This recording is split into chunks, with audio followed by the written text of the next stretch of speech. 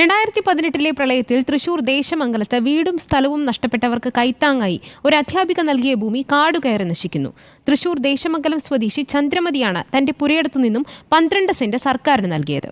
എന്നാൽ ഭൂമി ദുരിതബാധിതർക്ക് പ്രയോജനപ്പെടുത്താൻ അധികൃതർ ഇനിയും തയ്യാറായിട്ടില്ല.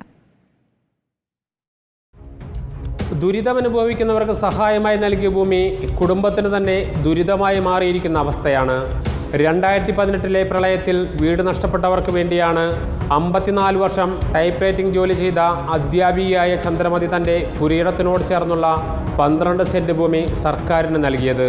അന്ന് സമീപ പ്രദേശമായ പള്ളം കൊറ്റമ്പത്തൂരിലുണ്ടായ ഉരുൾപൊട്ടലിൽ 35 കുടുംബങ്ങൾ ക്യാമ്പിലേക്ക് മാറിയിരുന്നു. എന്നാൽ 6 വർഷം കഴിഞ്ഞിട്ടും സ്ഥലം പ്രയോജനപ്പെടുത്താനായിട്ടില്ല. ഭൂമി മുഴുവൻ കാട് കയറിയ അവസ്ഥയിലാണ്. പള്ളം കൊറ്റമ്പത്തൂർ വെച്ചിട്ടാണ് പ്രളയം ഉണ്ടായത്. ആ സമയത്ത് 4 വീട് നഷ്ടപ്പെട്ടു. ആ 4 വീട്ടുകാർക്ക് വേണ്ടിയിട്ടാണ് ഈ 12 സെന്റ് സ്ഥലം എൻ്റെ സ്ഥലത്തു നിന്ന് ഞാൻ കൊടുത്തത്. ഇപ്പോൾ ആ സ്ഥലം കാട് പിടിച്ച് കിടക്കുന്നു. ആരെങ്കിലും സ്ഥലമില്ലാത്ത 4 ആൾക്കാർ വന്നിട്ട് താമസമാക്കിയാലും എൻ്റെ ആഗ്രഹം സഫലമായി. നമ്മളിങ്ങനെ ഭൂമികൾ വിട്ടുകൊടുക്കുന്ന ആളുകൾക്ക് വളരെ വേദന ഉണ്ടാക്കും. നാളെ നമുക്കിങ്ങനത്തെ ദുരന്തങ്ങൾ അഭിമുഖീകരിക്കപ്പെടുമ്പോൾ ഏതെങ്കിലും ഒരു തരത്തിൽ ആളുകളെ സഹായിക്കാൻ വേണ്ടി ആളുകൾ മുന്നോട്ട് വരുന്നതിൽ നിന്നും വളരെയധികം പ്രശ്നങ്ങൾ ഇതുമൂലം ഉണ്ടാകുന്നുണ്ട്. ചന്ദ്രമതിയുടെ 54 സെന്റ് ഭൂമിയിൽ നിന്നാണ് 12 സെന്റ് ഭൂമി നൽകിയത്.